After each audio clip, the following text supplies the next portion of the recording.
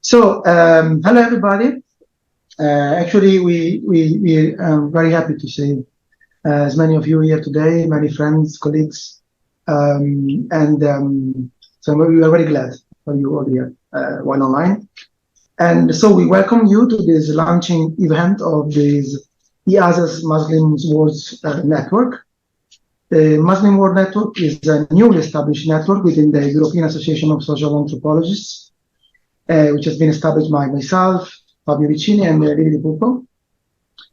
And we'll be very, very brief. Don't worry. I won't take much time, just 5 minutes, and just to introduce the story of this network.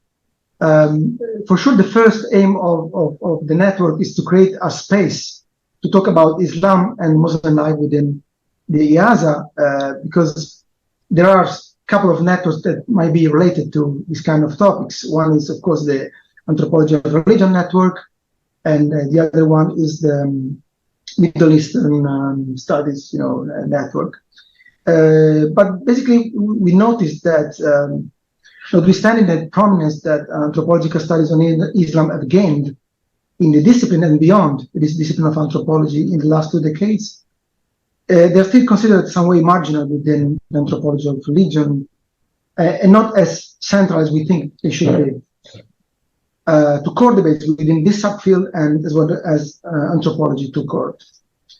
And this leads us to the second main reason for establishing this network.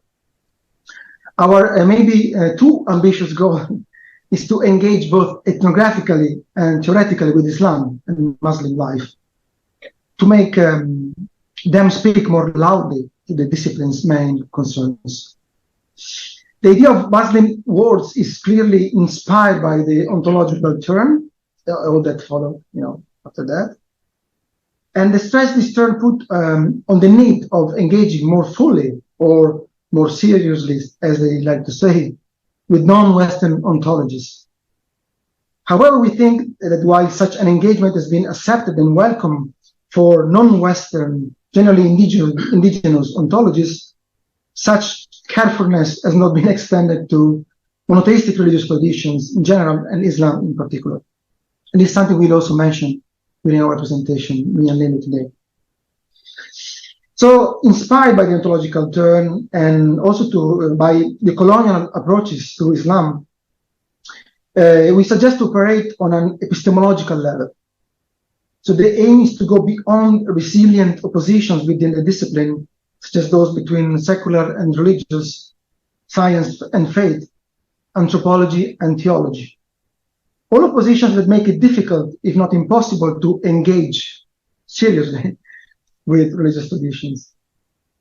In other words, the network aims to reigniting the field of the anthropology of Islam by engaging fully with Muslim modes of knowing, by not taking them simply as ethnographic data, but also as genuine forces that can contribute to enhancing this subfield, as well as the anthropology discipline, both theoretically and conceptually.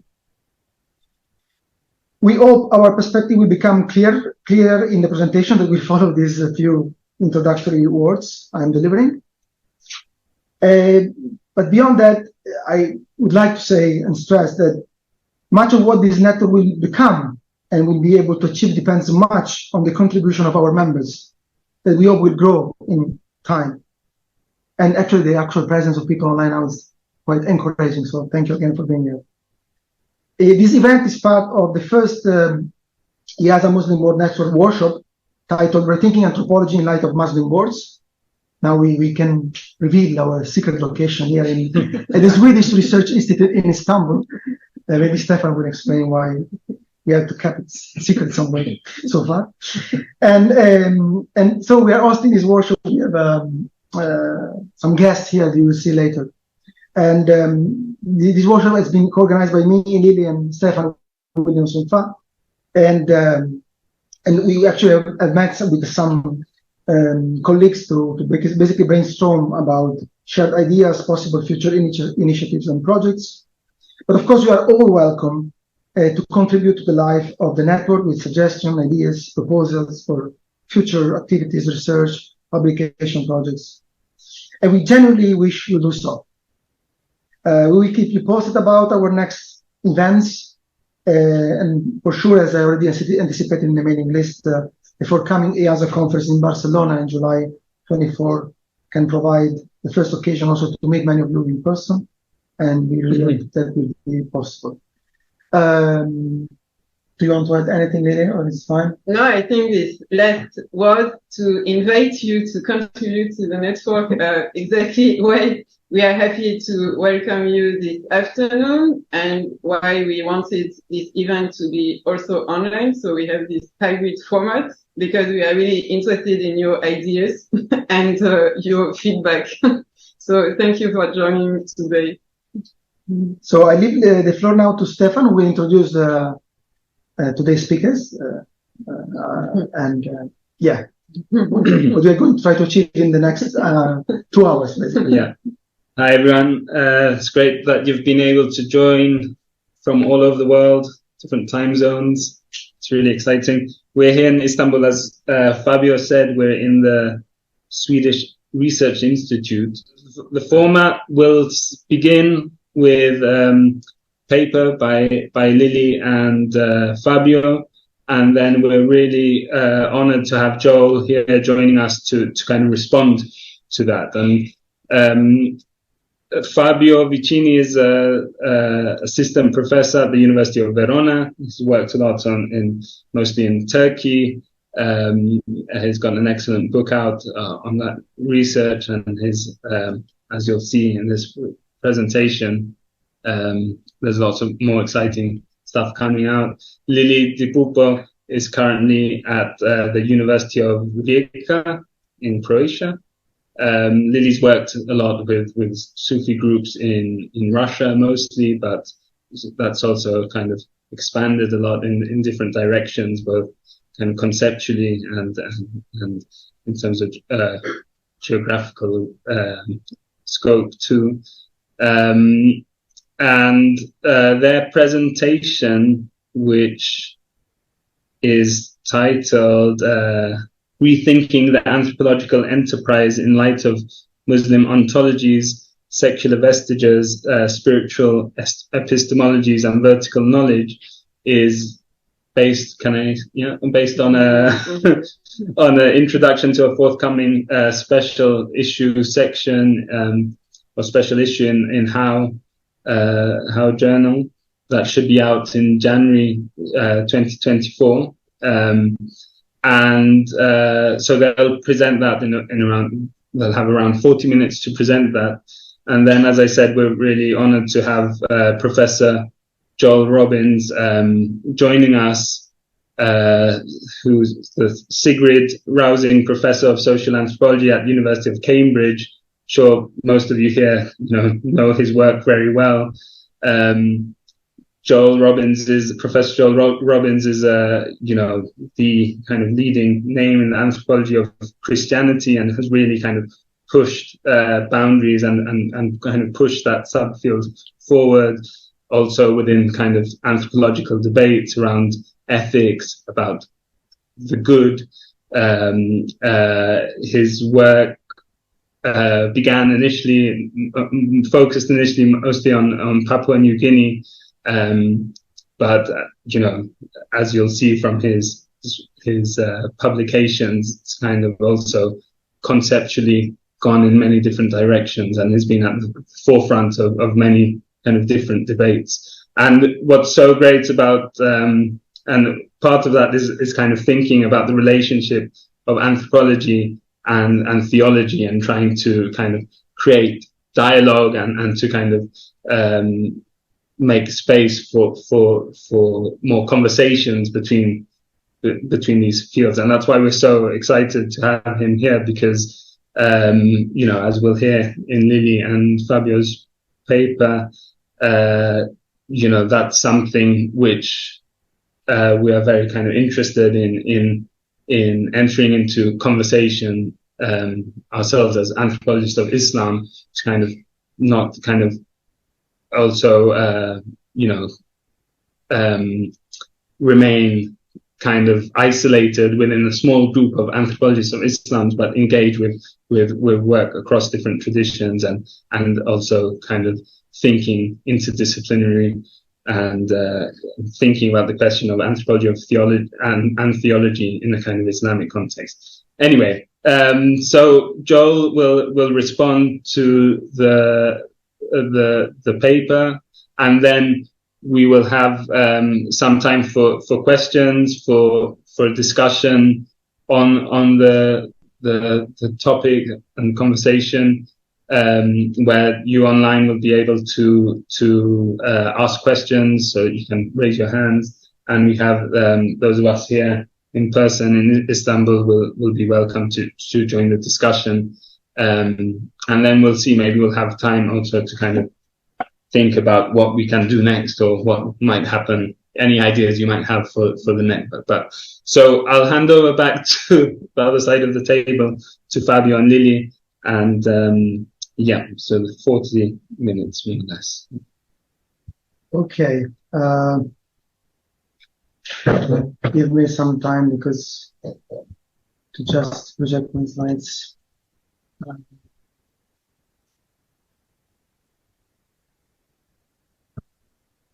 I did it. Great.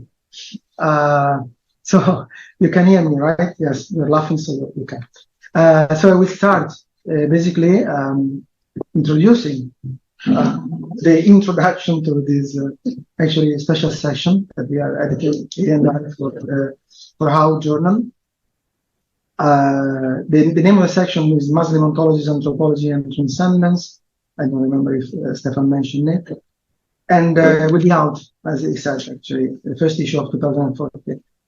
And so the idea of preparing this section emerged initially from a sense of dissatisfaction that Billy and I had for the way human relations with the realm of God, the invisible and the otherworldly, have been approached methodologically and formulated theoretically with anthropology in its long and more recent history.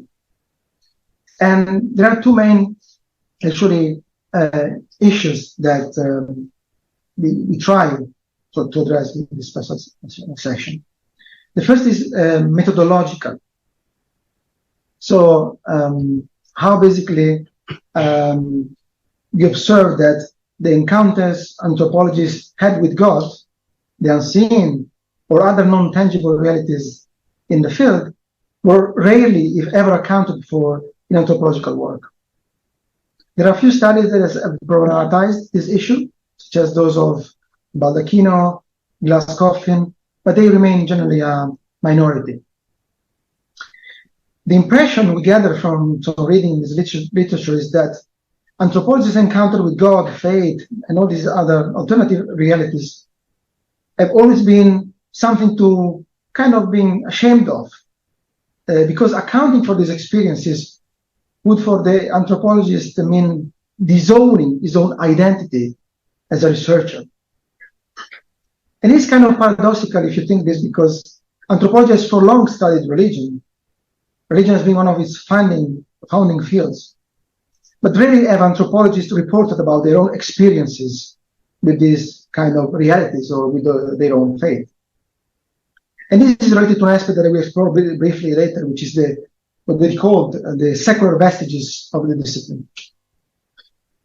Then there is also a theoretical dimension to all this, because even when encounters with God or other non-worldly entities were reported, these were never really taken seriously. As observed, for example, by Williamson and Sur in How Article on Faith and Anthropology, it was released in 2018, anthropologists have tend to see in religion the outward manifestation of more profound and supposedly more real and truer social structures, hierarchies, and powers, rather than systems of knowledge with their own sense and legitimacy.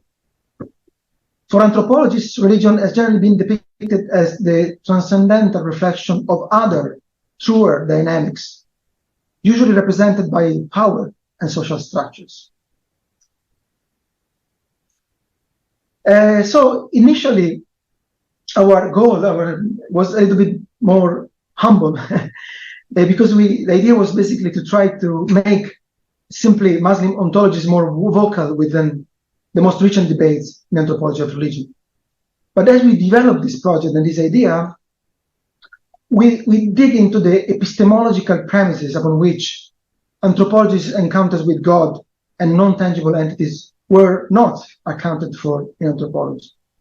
And so we realized that there was also need for reconsidering how anthropology had historically conceived knowledge itself. So accordingly, the project turned into an attempt at making a more radical reconsideration of the role that other, and in particular Muslim modes of knowing, play in unsettling consolidated views of knowing in the discipline and beyond.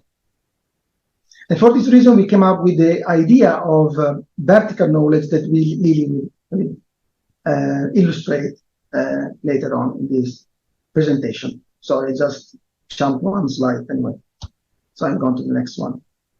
Now, for the main part of my presentation, I will then deal with two main issues. One is the secular vestiges of the discipline, and the other one is how we try to engage productively with the ontological term.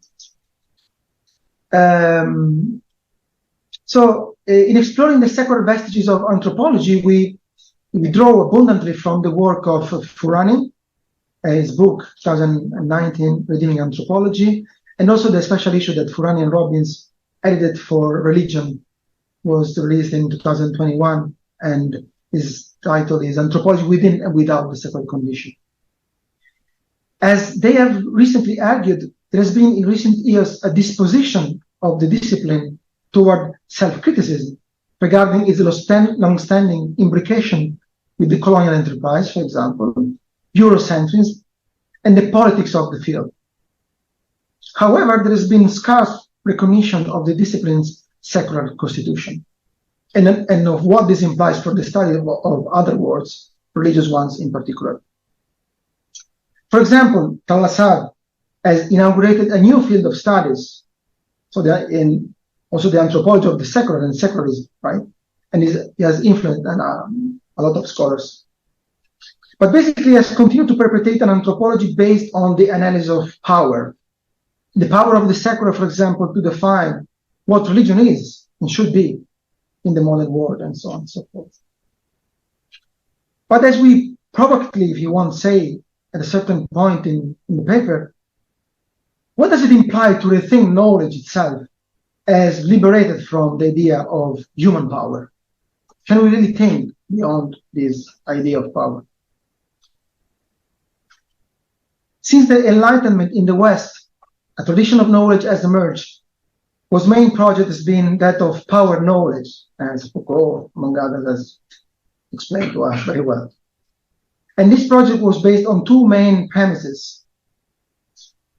The exercise of secularism is centered on scrutiny and doubt, or what we call radical doubt. So the need to doubt anything that is not grounded in scientific, detached, objective observation. And the main goal of this Western project for knowledge has been that of exploring, collecting, and classifying all existing forms and modes of being on this planet, and to use this knowledge to exercise sort of control over these resources. Anthropology, too, has emerged from within this particular Western history, whether we like it or not. It was initially established as a discipline dedicated to collecting knowledge on what at the time were considered soon distinguished marginal small societies and cultures. And as a consequence of this, concepts like culture, society, emerged as universal and transhistorical notions that serve the need of classifying the difference in human modes of experiencing and knowing the world under discrete categories. It was through these key concepts that anthropology continues today to defend strenuously that the complexity of these modes of being are explained. So sorry, that this is how basically anthropology continues to actually explain these other modes of knowing, these other realities. Yet, since we as anthropologists still largely depend on these concepts, we are often unable to fully engage with other ontologies, other realities. And this is the first main premises that we deal with in this introduction. Very briefly, with engaging on the ontological turn, I've already basically introduced this when I was presenting the network, but let me just go back to this very briefly. In the paper, we explore the fact that the authors of the ontological turn have advocated for the need of integrating indigenous cosmologies within anthropological theory. However, the same cannot be said for the exploration of faith, for example, within monotheistic traditions. And even when some attempts have been made to integrate basically the idea of God in monotheistic traditions within these accounts, this has been done relying on theoretical apparatuses largely of Latourian inspiration. And this kind of apparatus, this kind of representations have tended to emphasize a horizontal kind of relation between humans, objects, animals, spirits, and the natural world. But in this regard, we concur again with Furani and Robbins that regardless of the vitalizing effect of the ontological turn on key debates within anthropology, the discipline remains largely affected by a secular conditioning. And this emphasis on the horizontal dimension is one of the reflection of this conditioning, we think. And that's why in this introduction, we proposed a still very precarious, maybe, idea of vertical knowledge that now Lili is going to introduce. So I leave the floor to Lili. So I continue here with explaining the idea why we think that the spiritual journeys of our interlocutors can help us, as Fabio was saying, in a way revitalize and rethink the anthropological enterprise. And here we really put the emphasis on the idea that so as is written here, from belief to vertical knowledge, because we consider that it's essential to rethink the anthropological encounter with space, not simply through this category of belief, but in something transcendent, intangible, but really more as a path to knowledge. So we really want to emphasize here this idea of encountering modes of knowing. And also because we are interested in the question, what are the forms of knowledge that are attuned to these wonders, mysteries, confusions, paradoxes that every one of us, every anthropologist experiences in the field, and also this invisible realm of the divine. So how are we supposed to approach it? So here again, we think it's important to move from this category of belief to really considering that we are here in the field encountering modes of knowing and being. And how exactly can the spiritual journeys of our Muslim interlocutors help us rethink the anthropological enterprise? So here we want to go back to the idea that anthropology is really is first of all experiential and intellectual journey before being a geographical one. So of course it's not only that we go to a place like we are here in Istanbul, but we definitely also engage in a journey of knowledge while we are in the field, and experiential, of course. And here, so we really want to emphasize and think of fieldwork as implying a transformation of the self. And this has already been pointed out by Villaslev and Sue in the article in How. But it's really important for us to think of knowledge and fieldwork as this transformation. And of course, if we see it in this way, it implies that a conception of knowledge as true exploration that is not suddenly broken, if you want, or suspended because we need to go back to secular academia. We need to come back from the field to a previous standpoint. So no, here we think we really need to take seriously the journey we are doing, and then it's really an exploration. And so it goes beyond this taboo that still exists in anthropology of going native and the schema of the suspension of disbelief, which is momentary, is a temporary state where we suspend the disbelief, but then we come back to this previous secular standpoint.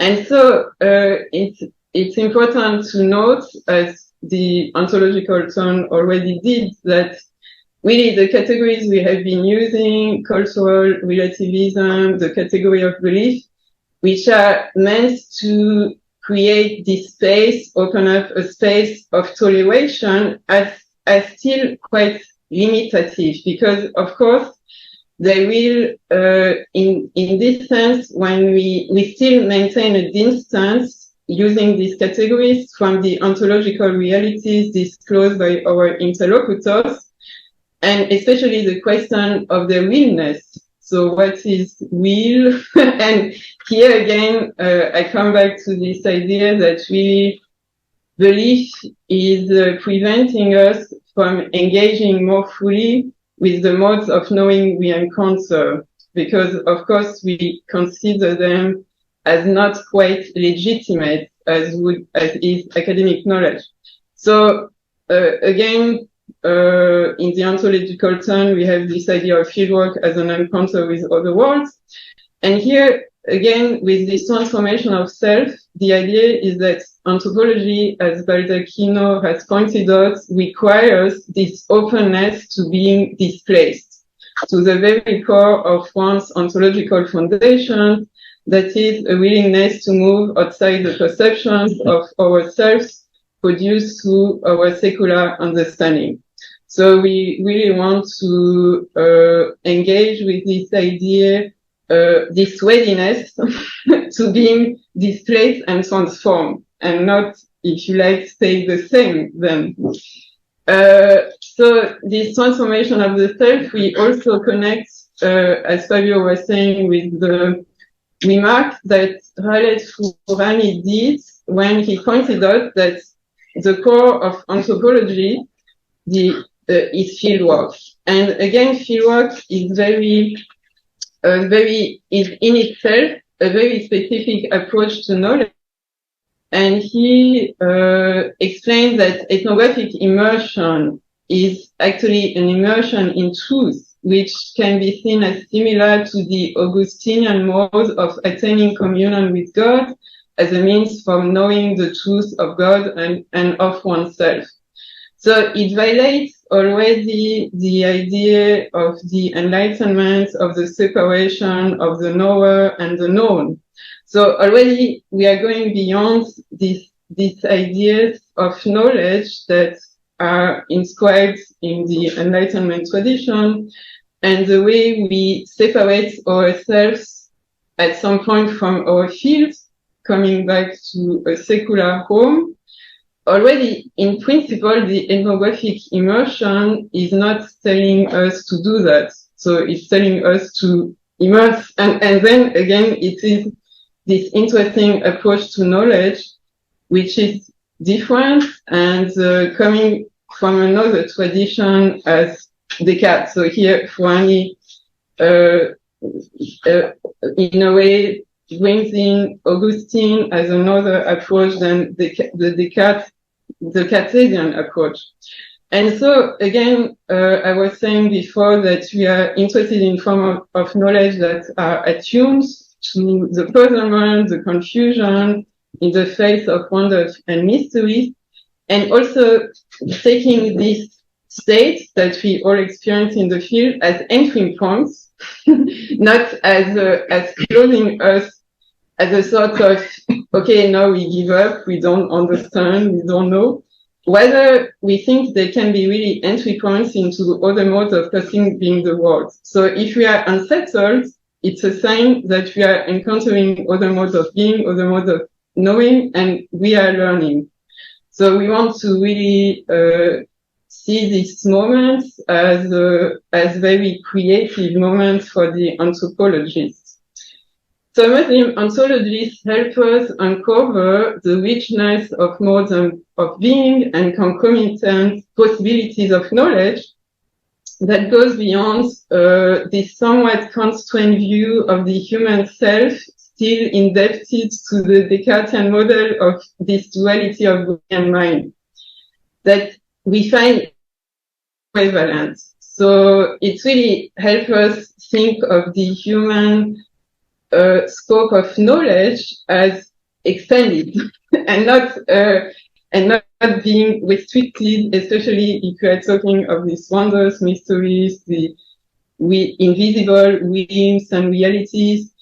Human knowledge is attuned to this in the way we can learn it from Muslim ontology and epistemologies, and this is why we use this term of vertical knowledge. So here, verticality, we bring it with the idea that quite often the approaches we have in anthropology are flat.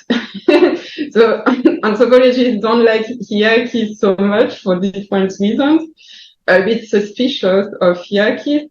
But here, for us, verticality is not really about hierarchy and power so much. It's more about unveiling this dynamic self and self that is transformed. And this is why, for us, it points to this infinite modes of being, possibilities of knowing that we find, for example, in the archetypal night journey of the Prophet Muhammad, the Mirai, which is not actually only a vertical journey, it's also horizontal. So it's, we have both dimensions in this journey. But really, for us, this verticality is very much about this dynamism and creativity of the human. And so we introduce also the idea of vertical world, because the ontological term, the world can be seen as more horizontal, but here we are interested in these other dimensions, and notably the barzakh in Islam, which we think in Islamic metaphysics takes a central place and is something that can really help us move beyond certain binaries and certain ways of approaching knowledge. So we think this is a dimension that is important to consider when we think about the divine and our encounters with the divine. So modes of knowing, again, that are attuned to mysteries. And here Sarah's theory, the scholar of Sufism, explains how the barzakh is this place where these paradoxes find a home. She refers to Ibn Arabi's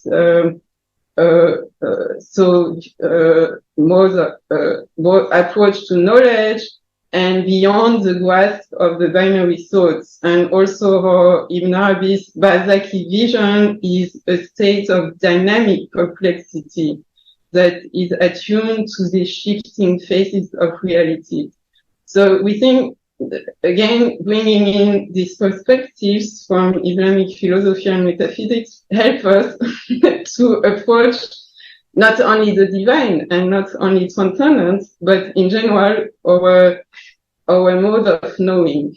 So, and then approaching knowledge truth. So a core point that we make in this introduction is approaching knowledge truth as a mode of surrendering.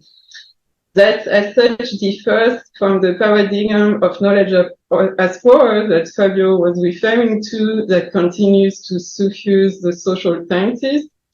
And here, this quote from Furani, path to truth may benefit far more from immersion in and submission to truth than from efforts at commanding it.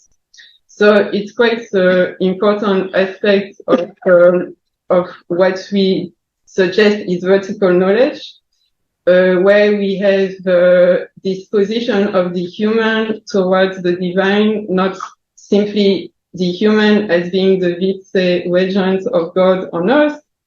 So this idea of power, but the human also being the servant of God, in the sense of Islam being servants and being in a position of surrendering to God's power. So we like to emphasize this aspect of the human and of knowledge then.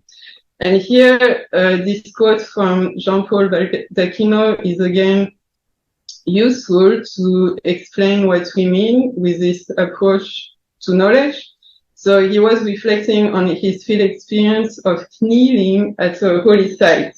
And then he remarked, kneeling as an embodied form of surrender and submission dramatically subverts the triumph of the naturalist modern secular subject, or this posture of standing erect and seeing the world from this perspective. And here I have added this painting from Carl Friedrich, where you see the modern subject looking at the world from this perspective of being erect and standing, and being, again, having this approach to knowledge of power and control.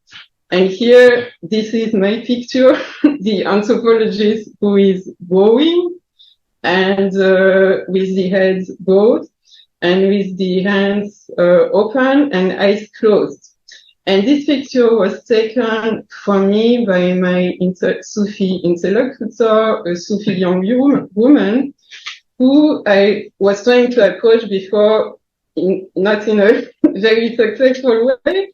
And then eventually we had this encounter. The moment she saw me in this state of being the anthropologist who is actually in a position of surrendering. And this is the moment when the ethnographic encounter happened. And so I was being seen. And here I also developed this reflection about encountering the invisible by being seen, by acknowledging that I'm being seen by the Muslim saints, by my interlocutors, by God. So if I don't see into the invisible, I am being seen.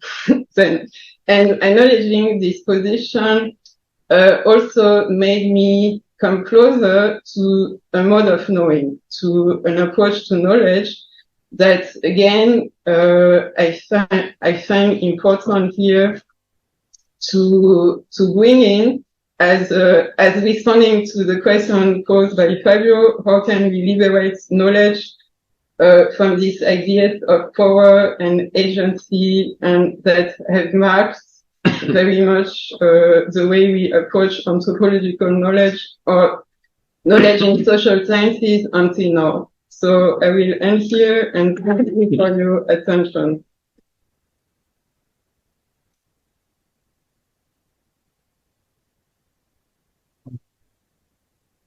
So thank you, Fabio and Lili. Can pass on to Joel now. I think we can, yeah, see. Okay. Oh, hello, everybody. As I think Fabio and Lili mentioned, it's quite early in the morning where I am, which is San Diego, California. So I'm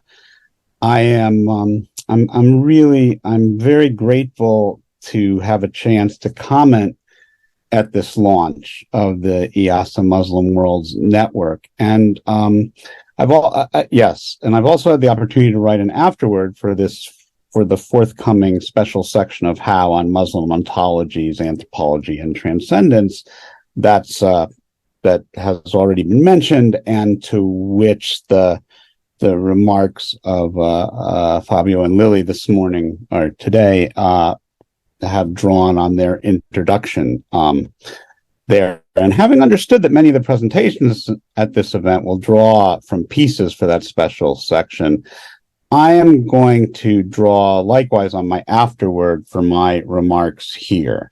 So these remarks are kind of keyed into the special issue itself, but it's really the issues that the special issue is raising, which I found extremely stimulating and exciting to engage that I'm trying to raise. So while the tone here is sort of a discussion of the articles, I'm really hoping just to bring out some of the issues they raise for our discussion. And because it is early in the morning here, and I'm a night person, I'm going to apologize for reading rather than speaking off the top of my head. But I think the chances of going off piece, speaking extempore at this point would be high.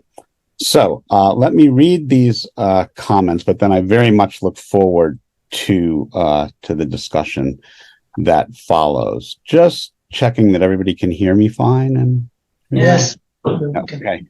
All right, I will forge ahead. I also apologize in advance for any names that I mispronounce.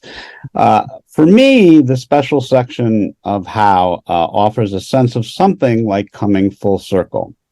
At least in my own case, the impetus to argue for an anthropology of Christianity followed in part from looking longingly at what appeared from the outside to be an anthropology of Islam that already existed and was beginning to thrive. Starting from that point, one might have expected that whenever an anthropology of Christianity did come together, as it eventually did, it would grow up in continuing dialogue with the anthropology of Islam. But that conversation has not to this point taken off quite as energetically as it might have. To be sure, there are plenty of cross-references, but often these amount to authors noting in passing similarities or differences between the two fields and then moving on.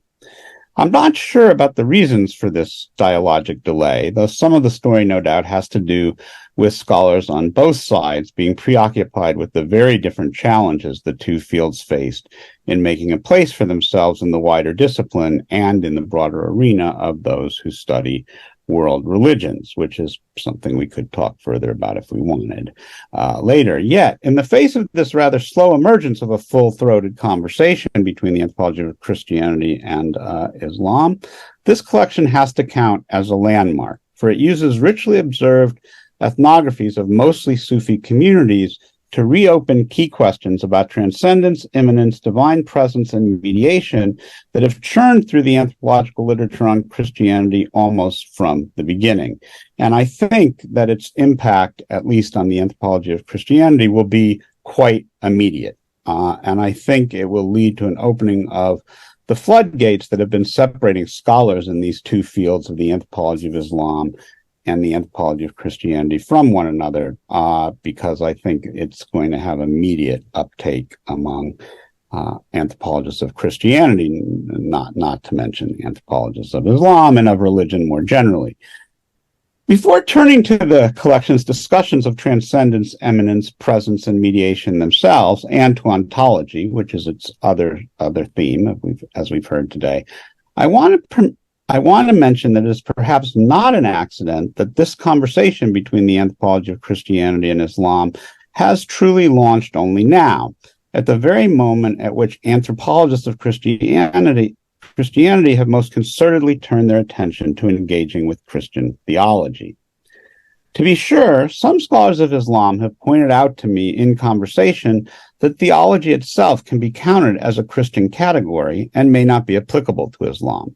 I take the force of this point, but I also note that it is one that the authors here quite productively don't worry very much about, happily putting an examination of profound intellectual literatures in various Islamic traditions, and particularly in these articles, the work of Ibn Arabi, to work in rethinking the relation of transcendence, immanence, presence, and mediation to one another. In doing so, they remind us that the anthropology of Islam has long attended to such religious intellectual projects and their circulation throughout Islamic social life.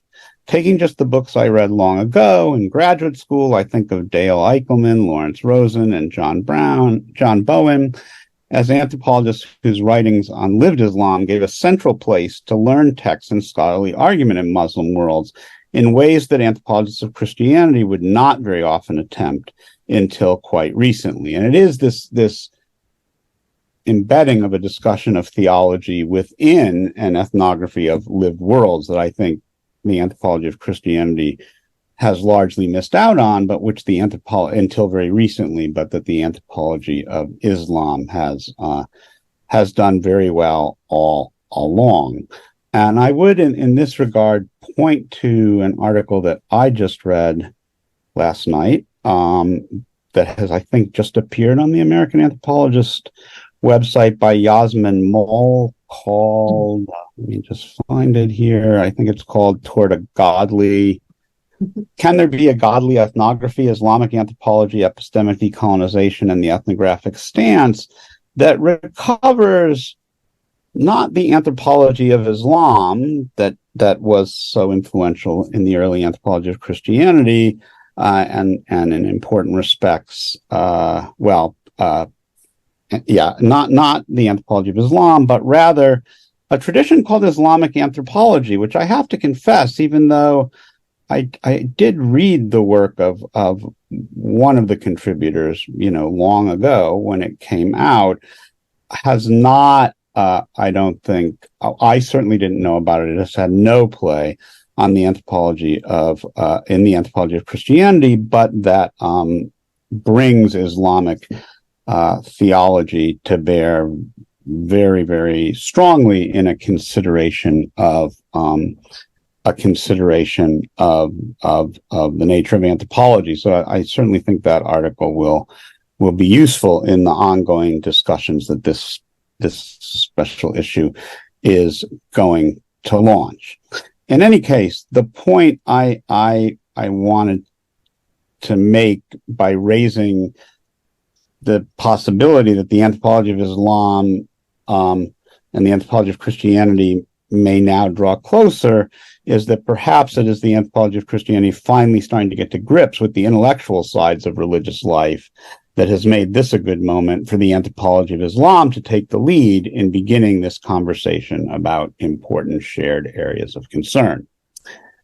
On the evidence of this special section, it's clear that detailed ethnographic study of the uptake of Ibn Arabi's ideas about transcendence, eminence, and divine presence and mediation in various Sufi communities sheds crucial comparative light on anthropological considerations of these topics in the Christian world. As Ismail Fajri Alatas, Annika Schmedding, Lili de Puppo, and Fabio Venci all discuss in some detail in their articles, Ibn Arabi's understanding of transcendence finds it much more routinely securing a place in the immanent social and material world than anthropologists of Christianity tend to imagine. And Maria Liu describes something similar, though in a less clearly Sufi setting. Be it through dreams, theophanies, divine theatricality, or encounters with deceased relatives, unseen worlds are directly perceived, and spirits fairly regularly cross Ibn Arabi's isthmus, the barzakh we just heard about, separating worldly and transcendent realms. Put in Schmedding's terms, there is an interlacing of these two worlds in Sufi Islam, with the transcendence, as Alatas puts it, being cosmologically distributed rather than mostly confined to its own quarter of the universe, and able to appear not only in material or otherwise mediated form, but also with what he calls existential immediacy. In Lowe's account of the abandoned elderly of Bishkek finding both challenge and comfort in encounters with their deceased relatives, she makes a similar observation, noting that for those she studies, what Alfred Schutz called great transcendencies, our experience of things like the divine that we expect never, or at least only very rarely, to concretely encounter in the natural attitude that shapes our everyday lives, are replaced by little transcendencies of the kind by which the perceptible objects of one's world routinely move out of and then back into one's perceptual field. Overall, as Vicini puts it, while for many Muslims God remains transcendent, and even at times an entity beyond the reach of thought, it can also be perceived, as it is by my interlocutors, as much more immanent than current anthropological theories on religion account for. An important upshot of all these ways of considering the dynamics of the transcendent in the Muslim worlds under study is that the divine easily nestles into the rhythm of social lives in ways it often does not in Christian contexts. especially outside of the Pentecostal charismatic tradition, but to some extent even there, and that the transcendent does this without at least some Muslims fussing much with elaborate technologies of mediation or the worries over the degradation of the divine that such technologies are often imagined to bring with them in the Christian world. Where should these ethnographically robust and convincing accounts of an anthropologically novel way of thinking about immanence, transcendence, and mediation lead anthropological thought on these topics? Alatas offers one a way forward when he suggests that we should not always conflate transcendence with distance, as is admittedly quite common in the anthropology of religion, including, again, in some of my own work, guilty as charged. It must be noted, however, that even in this collection, there are some good insights about the relation of the transcendent and the immanent phrased in spatial terms. Alatas's own notion of the cosmological distribution of transcendence across different theaters is not wholly free of such framing in terms of proximity and distance. And Vicini and Puppo's suggestive distinction, which we've heard about this morning, between horizontal and vertical knowledge of other worlds similarly has roots in the imagistic soil of proximity and distance. I wanted to interject here that the theologian Ingolf Dalforth, who I will come back to in another connection a little bit later, makes a very interesting argument that the secular sacred distinction is a distinction that's made in secular space, and he refers back to the history of the secular as a literal space outside of secular space. And for that reason, he sees that distinction as wholly horizontal, and he prefers to organize his own thinking in terms of the distinction between the divine and the worldly, which does somewhat take the spatial anchorage does somewhat put aside the spatial anchorage of our thought about transcendence. So I hadn't made that connection in the remarks I made in the afterword to the special issue, but I now think, listening to Fabio and Lili this morning, that he could be an important source here, or at least his argument that we should replace secular sacred with divine worldly. But anyway, back to the basic point that there's that the spatial framing of the transcendent and the secular does somewhat haunt this collection.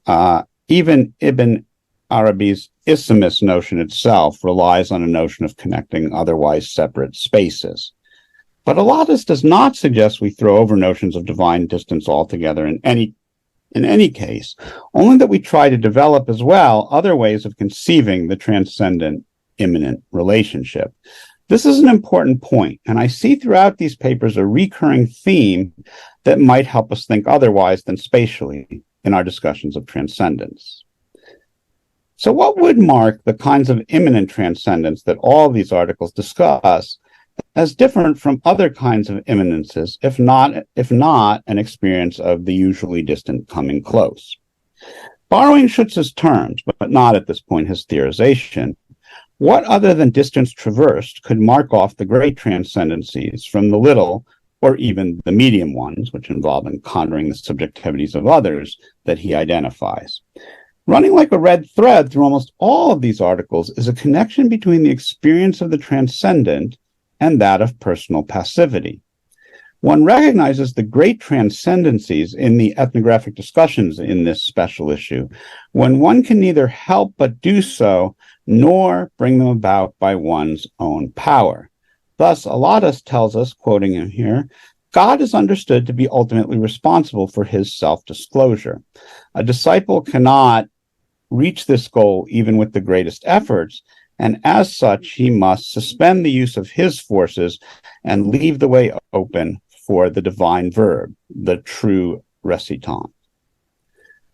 Among the Bashkir Sufi circle Lili studies, one is seen regardless of whether or not one shows oneself, and one gains knowledge through surrender, as she discussed this morning, which is, of course, a way of becoming passive. Lowe, writing about elderly Kyrgyz Muslims, speaks of their, quote, pathic experience and their being placed in particular virtues by the spirits who visit them. The passive voice in the original here making the point that I want to stress about passivity. One might try to prepare oneself to encounter the divine, and as Tanya Lerman has shown, many people will not have that encounter without such preparation. But even Schmedding, who does the most to portray the active efforts Muslims can make to bring about a brush with the transcendence in dreams, ultimately acknowledges that, quoting her now, the prospective dreamers can invite true divine dreams through preparatory actions, but they are not in control of whether the dream actually manifests. Therefore, dream visions can be invited, but they can never be demanded, as the dream is granted by God. She's also quoting Amira Mittermeier here.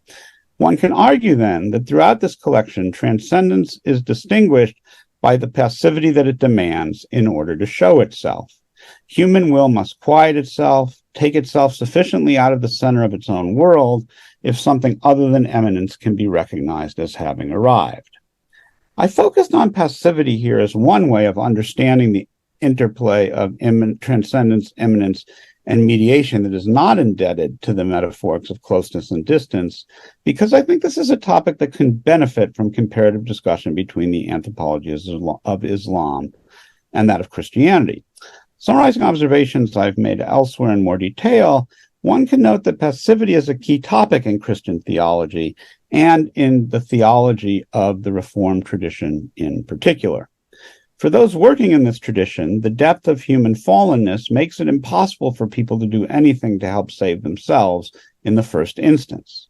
Salvation, instead, must come by the means of the gift of God's grace. This is the works-grace distinction that many people are familiar with in the Reformed tradition.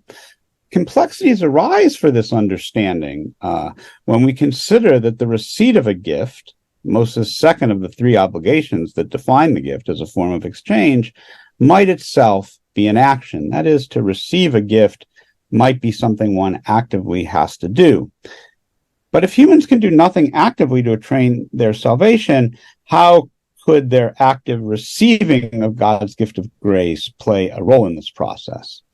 In response to this conundrum, the Reformed theologian Ingolf Dalforth, who I mentioned a few moments ago, and whose work on the topic of passivity I'm following here, presents a compelling argument that, in fact, givers actively place their recipients in the receiver's role, which the receiver first inhabits passively before actively formulating their own response to such placement and the previously unavailable opportunities that new placement opens up for them. His examples of this are being born and, especially unknowingly, becoming an heir to some kind of inheritance. Both cases in which people receive something that opens new possibilities for them without first acting on their own. I've also tried to work this out in much more familiar types of analyses of gift exchange elsewhere, where I think it is actually very telling. I think the gift often comes to people passively as a kind of fate and not necessarily something they actively receive. Tying such passive reception back to transcendence and following the theme that is deeply embedded in gifts literature, especially in Melanesia, we might see the passive receipt of a gift as a paradigmatic form of Schutz's medium transcendency, a key way the general inaccessible subjectivity of others impinges on the self, ensuring its reception by the receiver.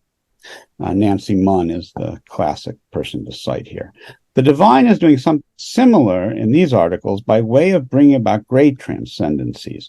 Consider, to refer again to one of the cases mentioned above, the way that the elderly Kyrgyz people Lowe works with are placed in virtues of persistence they do not on their own initially take up.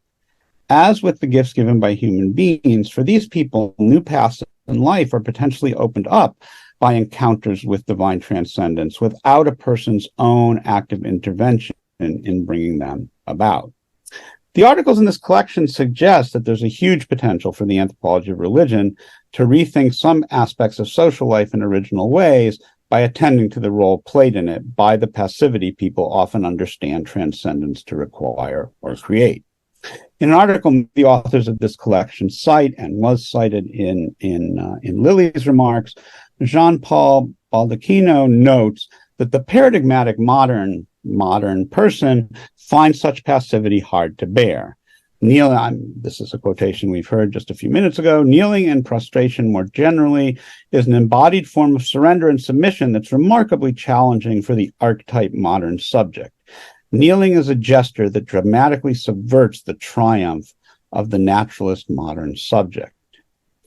Anthropological theory, likewise, having long since chosen agency and individual lived experience over structure and cultural sharedness, has little room anymore for the passive parts of human being that might once have been thought to ground even creative activity, except to critique them as aspects of subjectification. This is knowledge this is a move made within what this morning Fabio and Lili referred to as the knowledge as power paradigm, which I think is very, very helpful. Modern people, that is, have lost sight of the point Dalforth, again, in a different writing, makes when he says that, quote, "We who make ourselves have not made that we make ourselves." In his Reformed tradition, it is God who makes people beings that make themselves. In earlier social science outlooks, it's society and culture that sometimes, most extensively in individualist social formations, make people into people who make themselves. But as Baldacchino implies, for modern self-understanding, it is only and always each human being that makes themselves this kind of person. In such a world, passivity can only be a diminution of one's rightful power. It cannot be what creates space for the appearance of an opening to a new path that one could not cut solely by oneself.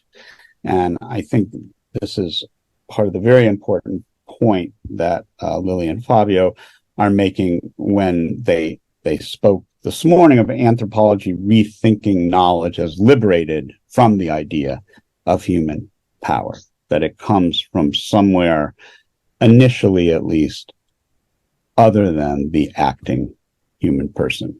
Against this background, the articles in this collection are a major intervention into disciplinary thinking about social life in general, not just religion.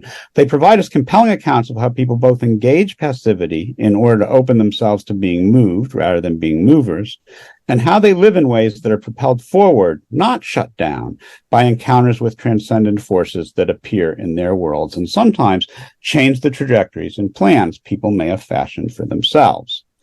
Following this lead by looking comparatively at different ways such dynamics play out in Muslim and Christian communities of different kinds, anthropologists can bore deeper into what already here reveals itself as a very rich vein of theoretical innovation around topics not only of transcendence, immanence, and mediation, but also those of the real conditions and potentialities of human life and agency.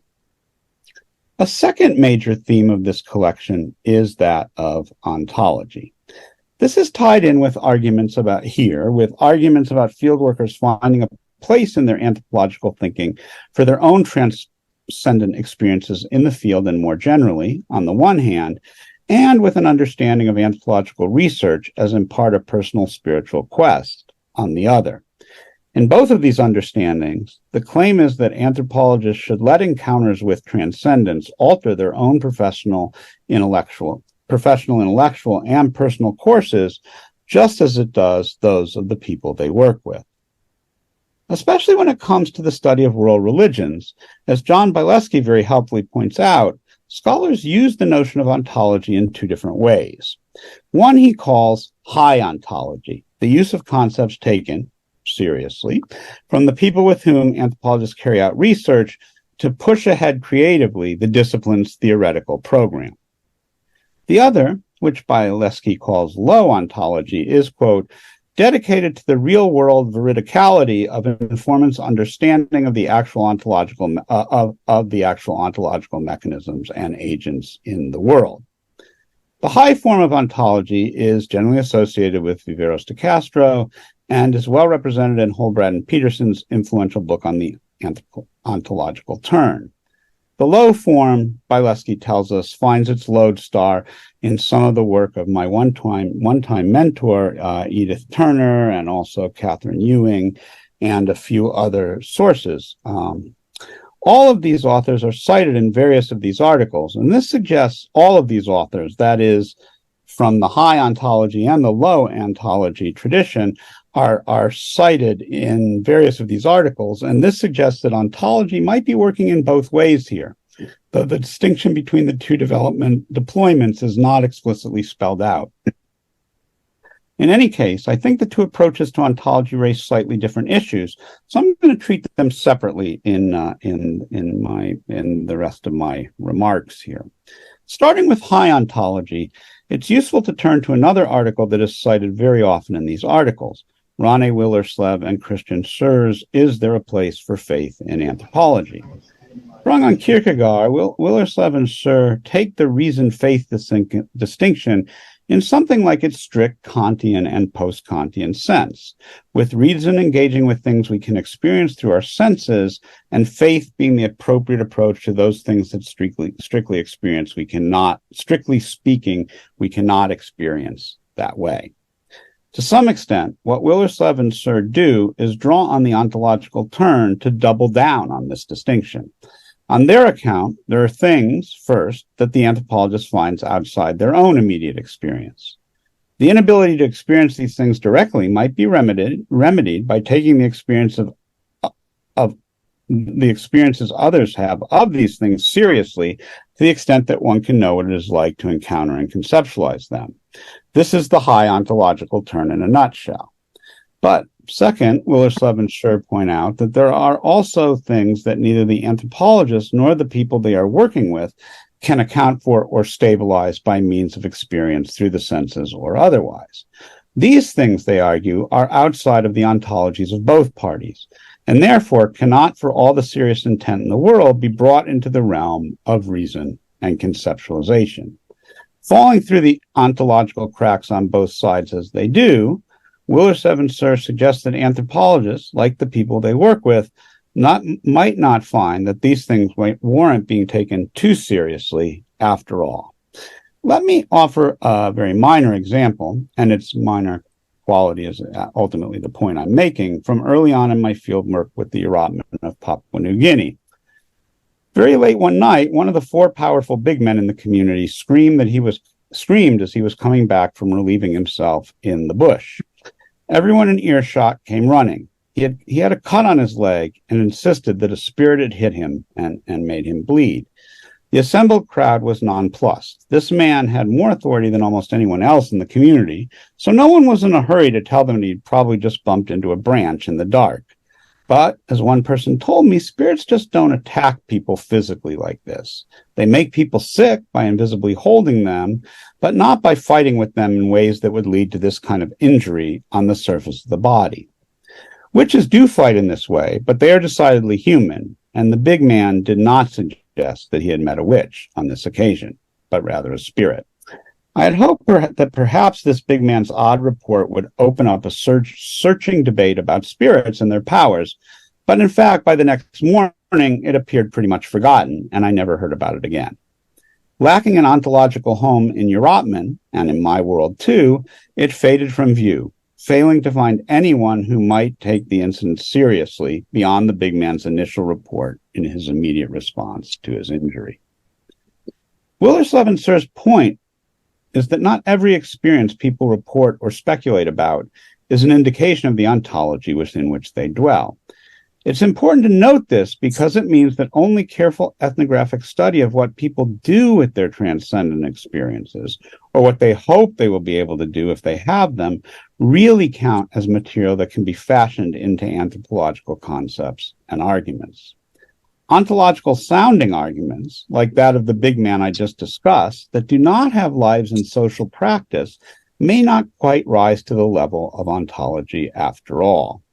What makes the ontological claims about the relations of transcendence, immanence, and ontology that fill the articles in this special section convincing, then, is not simply that they are credulous, that is serious, and conceptually generative, but that the authors show how they are integrated by Muslims in their broader understandings of their social, religious, and personal lives. The distinction between the ontological and unontological brings me finally to a discussion of some of the low ontological moments in the contributions to this special section. The two most developed of these appear in Fabio's and Lili's sole-authored articles. Drawing on Khalid Farani's important work on the tension between immersion and reason in anthropological fieldwork, a tension that echoes somewhat the compelling discussion of Islamic ideas about the tensions between reason and imagination that Alatas offers in his article, Lili talks about the way the Sufis with whom she worked led her to encounter her own heart as a new, and in relation to her prior understanding, transcendent organ of knowing. Fabio, in his contribution, narrates his spiritual apprehension of transcendence at several moments during his research, including once on a plane when he had a momentary conviction of God's existence as he watched the sun shining on a mountain range. For both Lili and Fabio, the point of these experiences of the transcendent is not the way they may validate in empirically defined scientific ontological terms the ontologies of the people they work with. Rather, they point to them as potential levers of intellectual and spiritual transformation for the anthropologists themselves. I have no quibble with this. As far back as 1968, Clifford Geertz talked about the moral and in some ways ascetic quest that is an inescapable part of long-term fieldwork, and Farani has demonstrated the great contemporary relevance of this vision in detail. But I do want to raise several related questions about how such low ontological personal experiences of the real transcendent might fit into one's anthropological practice beyond the high ontological project of treating them as machines for minting new concepts. In a sense, as I mentioned earlier, one of the really successful things in all of these articles is the way they show how transcendence is integrated into the flow of social life in the various Muslim communities that the anthropologists are writing about. In a certain sense, I'm asking here how Fabio and Lili's encouragement of anthropologists to be open to and thoughtful about their own transcendent experiences might be integrated into anthropology beyond the high ontological terms version of treating them as sort of conceptual forges where we can make ourselves think new things in theoretical terms. How might we bring personal spiritual experiences and transformations within the ambit of anthropology as a collective, if complexly fractured, disciplinary space, and not just the personal life journeys of the anthropologists who have these experiences? What should one anthropologist's reports of their spiritual experience offer to other anthropologists? Should such a report suggest that all anthropologists must define their own quest as potentially spiritually transformative? What would this mean for all of those anthropologists that, if they see themselves questing at all, understand themselves to be working toward political rather than personal spiritual transformation? If we encouraged anthropologists like them to work also on the spiritual dimensions of themselves and of those they study, if we push them, that is, to take Willerslev and Searle's Kierkegaardian leap of faith, will we then become missionaries? Always one of anthropology's most vehemently rejected others, as James Clifford told us long ago. Or should the whole project of an anthropology open to transcendent encounter and personal self-transformation not be taken quite that seriously, or not be taken seriously in that way? But if that is the case, and we dial back from that stance, what is its real force within the anthropological project more widely considered? Hegel noted that philosophy in his enlightened times had adopted, quote, the fixed standpoint of a reason that dealt only with the sensible. From that point of view, the human being is, quote, not a glowing spark of absolute beauty or, quote, a spiritual focus of the universe.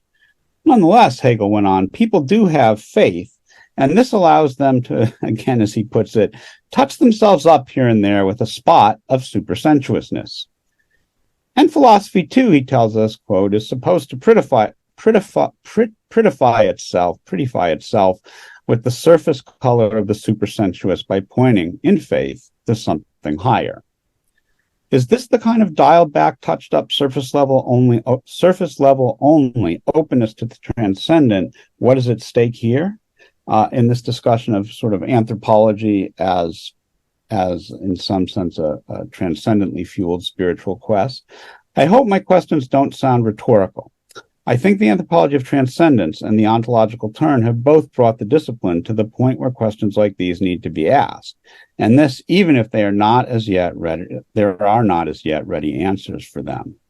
What I've been driving toward here is the observation that if personal reports of transcendent encounters on the part of anthropologists are to be more than a way of touching up, in Hegelian terms, our writings with a slight nod in the direction of faith, a lot of work will need to be done on developing anthropology that has room for a transcendent that is not just personal in the secular sense that the privatized spiritual has come to have in our spiritual but not religious age.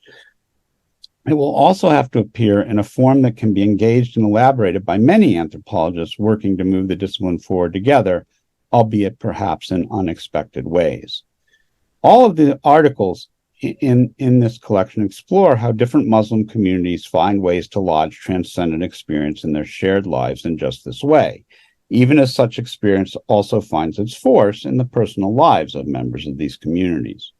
More of the kind of exceptional ethnographic and theoretical work all of these authors offer in their contributions strikes me as the best way forward to launching an anthropology of the transcendent that moves the discipline forward, even as for some anthropologists, it may also pull some switches that move the tracks on which their own personal lives unfold.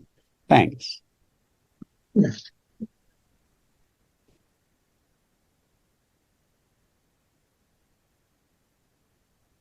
So, would you like to respond quickly to any of that, or should we go straight into? I think we can go straight. Yes. Yeah. So open the floor. Thank you very much, Joel. If anyone online has a question, please raise your hand, virtual hands, and then we can get to you. Do we have a question from Dietrich?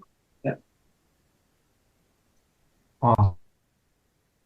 Yeah. Can you hear me? Yes, yes. Yes, we do. Thanks for the presentation. It was quite interesting.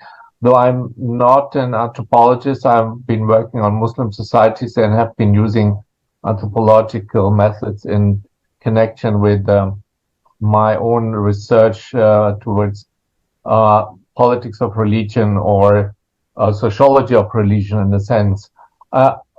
The question that came to my mind was if I didn't get anything wrong of the particular terms that the ontological term means to basically somehow sort of indigenize knowledge about knowledge production about Islam.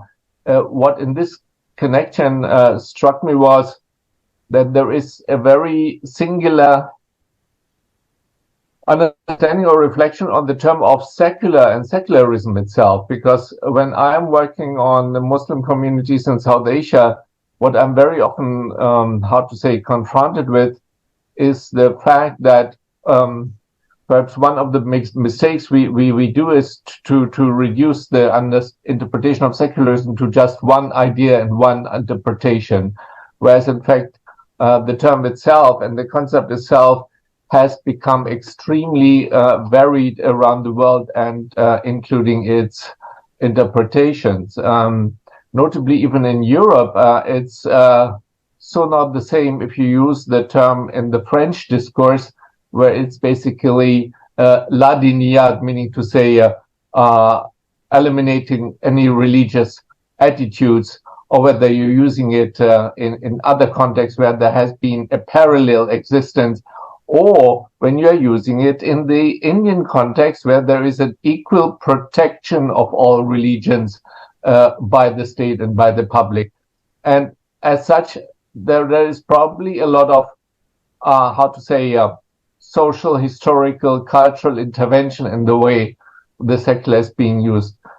The other point in this connection that struck me also from discussions we had in our context is that Islam in itself is actually secular, because it is perhaps of the Abrahamic religions the most secular one itself, because its founder was also the founder of a state and a polity, and which means that the rules of living and regulation of this polity have actually been enshrined in the Quran itself, which means in itself that the Quran and the Quranic rules have become secular, to the point where we have been recently engaged in a discussion about the meaning of deen and dunya. The term of dunya or dunyawi in the South Asian context has a lot of different meanings, going across Islam and Muslim culture into the non-Muslim culture itself, where, so to say, the secularity is differentiated and interpreted within the Islamic living context already, even by religious adherents and followers. Just a side mark. Thank you. Would you like to respond to any of that? No. You want to say something, or I can? Yeah, you can. Okay. Understood. Hi, Griffith. Very nice to see you after many years. It's Fabio talking. And yeah, I mean, I think absolutely what you say, that's absolutely true. We have different understanding of what the secular and secular is. The point we are trying to do is more to address the issue of secularism from an epistemic point of view. And now this view of secularism as affected basically the way religion has been treated within anthropological theory. And so it is a kind of secularism which is very specific in some way, and it has impacted on anthropological theory. And but I understand what you're saying. It's true. It's correct that also, for example, the Ottoman Empire, we had, it was a state, and we had the Qanun, soon, that these sources living together. So, but our perspective is more on criticizing how the modern secularism, modern Western secularism, has impacted on anthropological theory. Yeah. So maybe is there any kind of immediate comments from anyone in the room here? Maybe any of the authors kind of responding to what Robin picked up from their articles. So.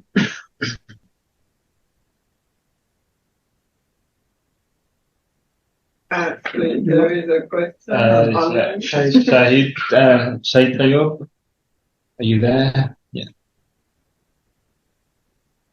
Yeah. we cannot hear you. Can't hear you. Yeah.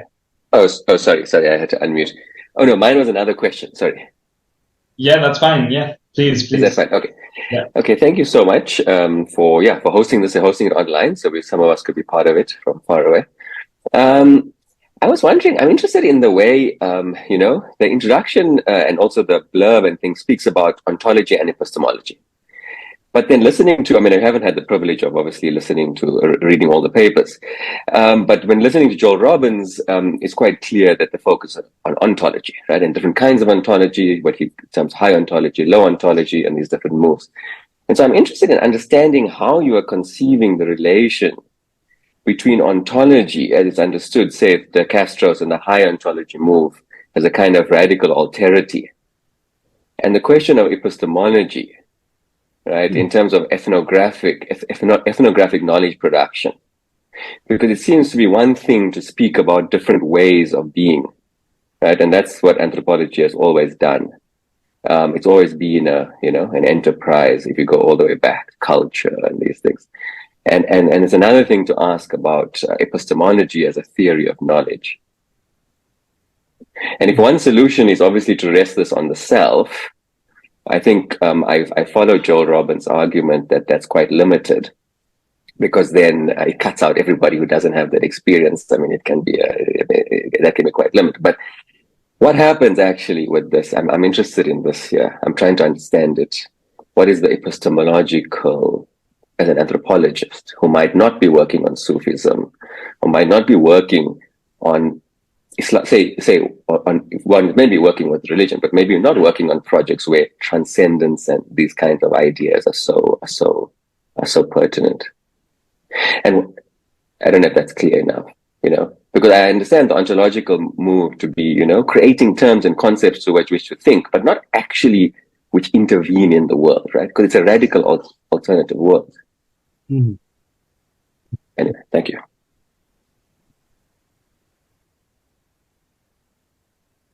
Joel, do you have any answer? No, I mean, I'm just processing it. I thought that was, I do think that is, yeah, I like that comment very much. And I think, well, I guess in my comments, part of where, the ontological turn in some of its forms was meant to get us beyond epistemology. That was part of the idea. And so I did think that their conjunction here, I mean, I remember thinking this even earlier, is interesting, that maybe we're beyond that moment of purity, where to be ontologists, we have to get away from representation and knowledge and things like that. In my comments, I definitely sort of under a theme kind of flowing a bit underneath the surface, except at one point, is that sense we have that at least Western academic epistemology thinks it's about knowledge we can gain through our senses in reliable ways. I don't think we're conscious of that all the time, but I think it's very deep in the Western tradition of knowledge production. And so maybe what another way of reading Lili and Fabio's turn to the vertical is about rethinking epistemology beyond beyond lodging the evidential only in the kind of repeatable, sensible experience, if that makes any sense. Anyway, I think that comment raises absolutely fundamental questions for this whole project. So thanks for that.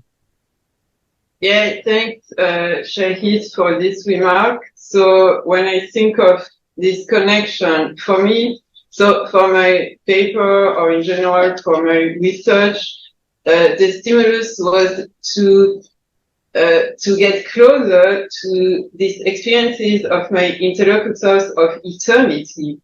And of course, this ontological reality and dimension that they live, they really live it. And as they were telling me, the Bashkir ancestors had this feeling always with them of eternity and infinity and the divine.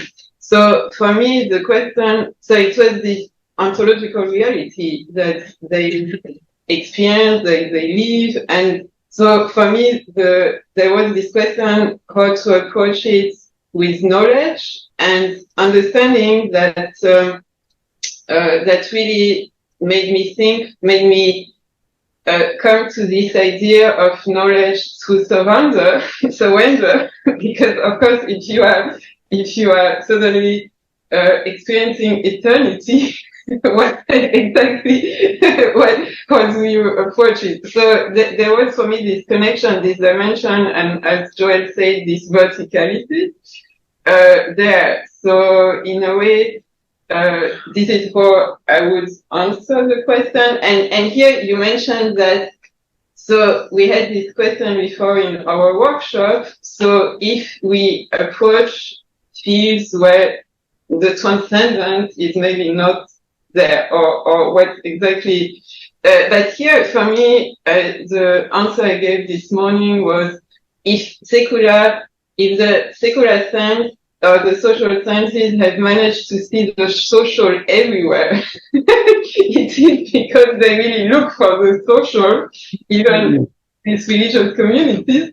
So for me, the transcendence, again, or these experiences of eternity is not something that is only found in Sufi communities or in special places. And we saw it, Joy Robbins mentioned this article by Maria Lu, who is here. So we see that people, the Kyrgyz elderly, experience it in their living room, missing the ancestral spirit, and really just watching television, and suddenly they have this experience. So for me, it's not that this approaches that we were presenting today, it's not that they are specific for Sufi communities.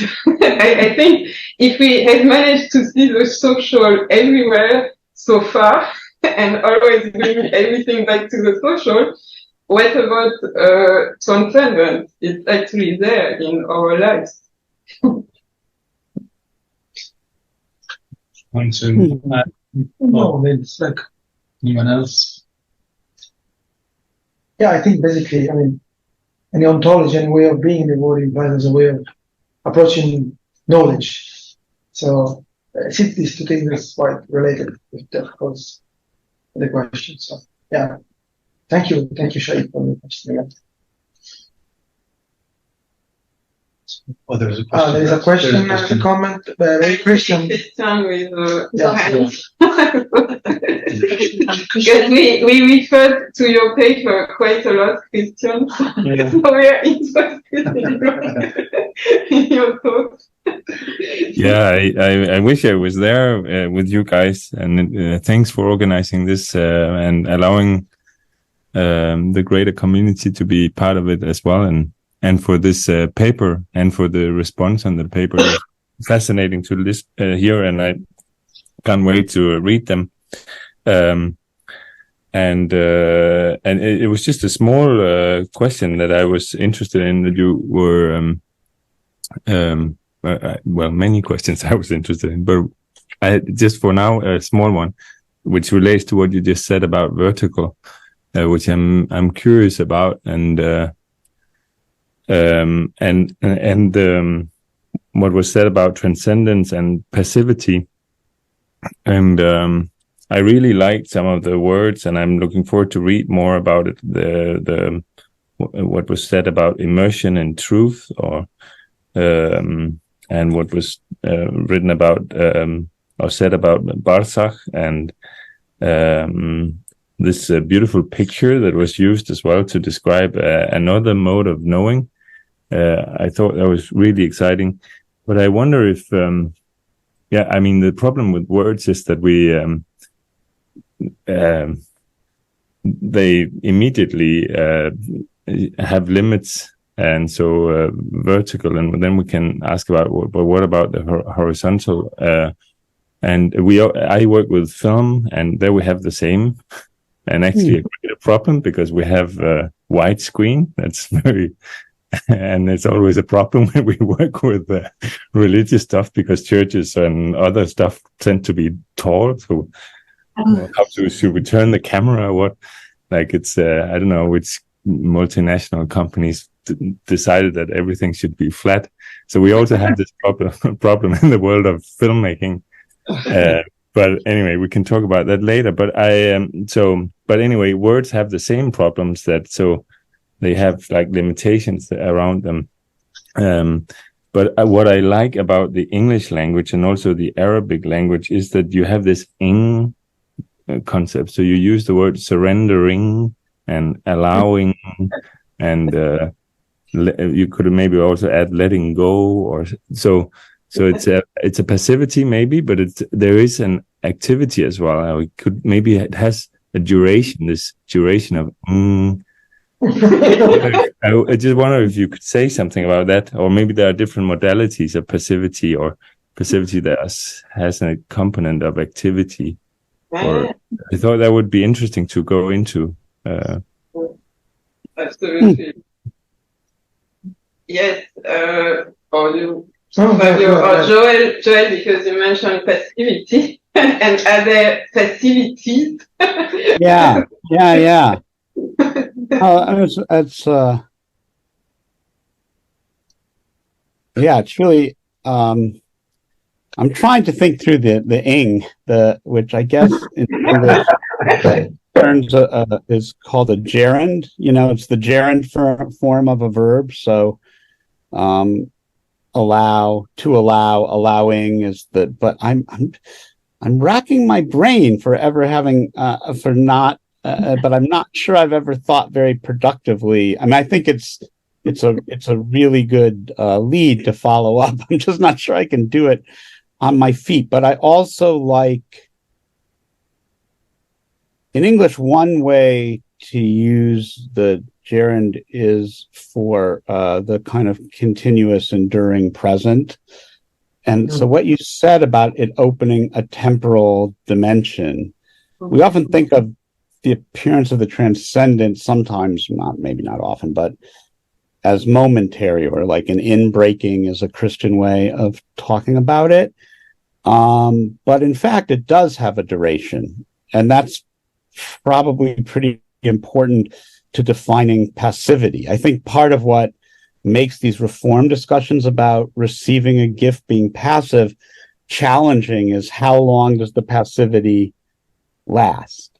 Because it's clear that it opens up new possibilities for activity. So I think there's really something there in that temporal bit. And I'd be interested in the sort of Barzakh model of, so I'm throwing this back to you guys in a way, the Barzakh model of transcendence.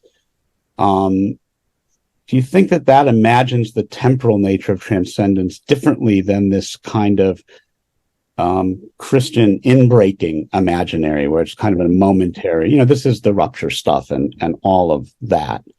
I was just going to say, I really was grabbed by the film and the vertical horizontal. I heard a paper, but actually in that, the special issue Khalid and I edited at the workshop for that, the one paper that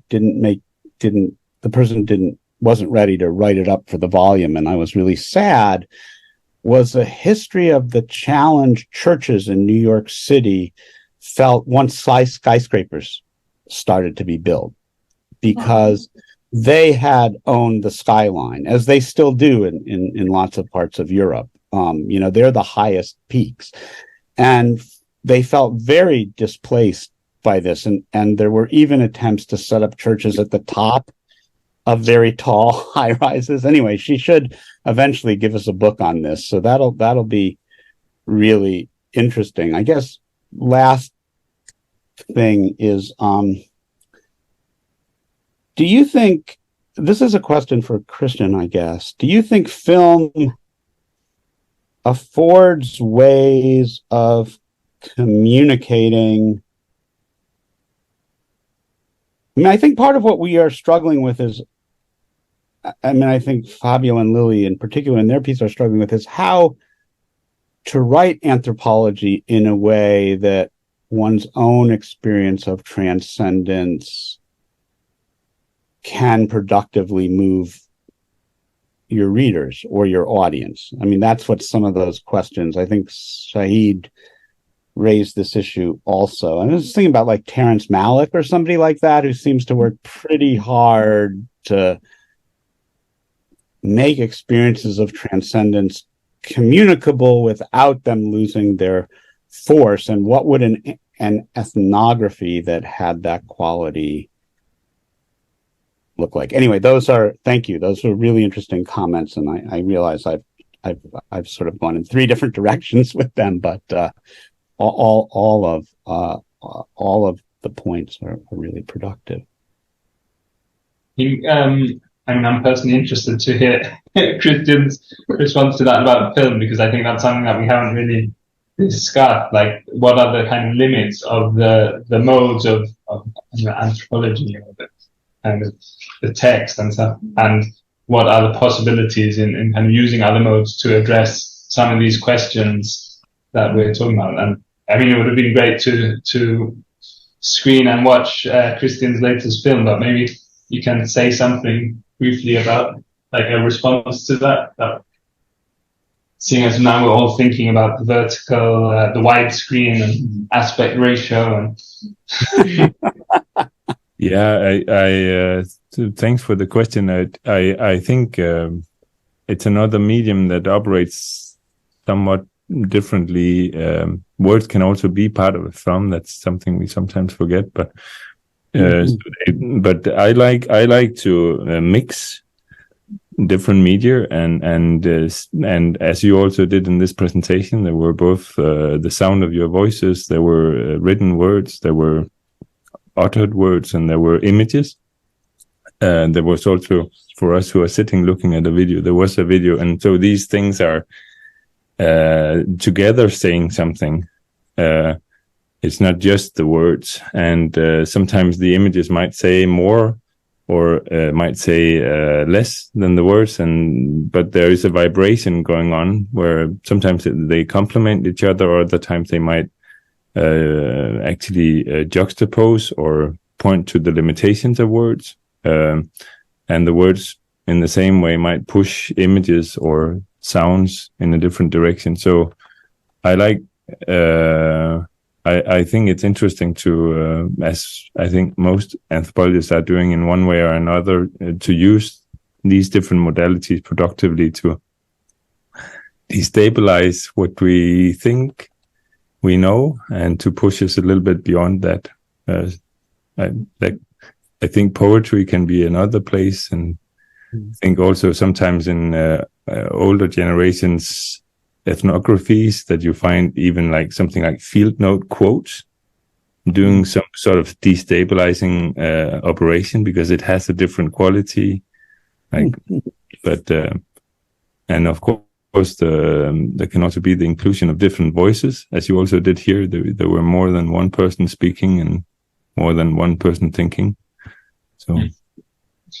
So yeah.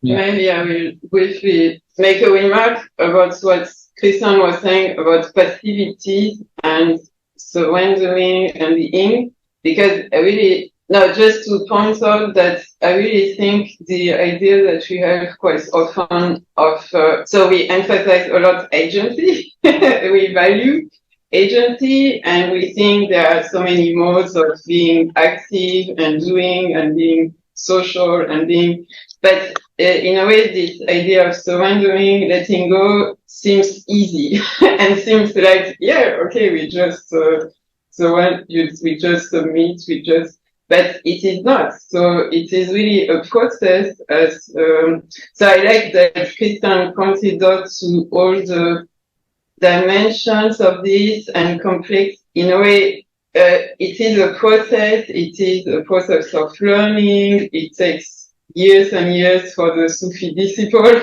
and it is a very important dimension of being human, but it is not something as we imagine, that being passive is actually nothing happens and it's easy to be. No, it is not at all. So I just want to point out to this aspect of when I say knowledge to surrendering, it's very rich dimension of knowledge for me. And I think that, I mean, you've been quite critical of agency and power and stuff, but I think this discussion of passivity, it's hard not to think of Sabah Mahmood and the idea that being submissive can also be kind of the agency and submission and passivity, you know, and maybe what you're kind of saying, what you just mentioned is the kind of knowledge or the way of knowing through kind of acts which are. But here for me, there is the verticality as Christian was saying, there is a sort of passivity and at the same time leading to something happening, and also because when I say I'm being seen, there is a verticality that, and I'm being led, because in my paper I talk about being led in my ethnography. So clearly there is something happening to me, and it is not just that I submit to power. It is not this idea, and that I'm a subject submitting. And no, I'm really in a sort of relationship, vertical, and with this dimension of eternity. And really, it's I'm being led. So this is for me the important dimension here of this surrendering.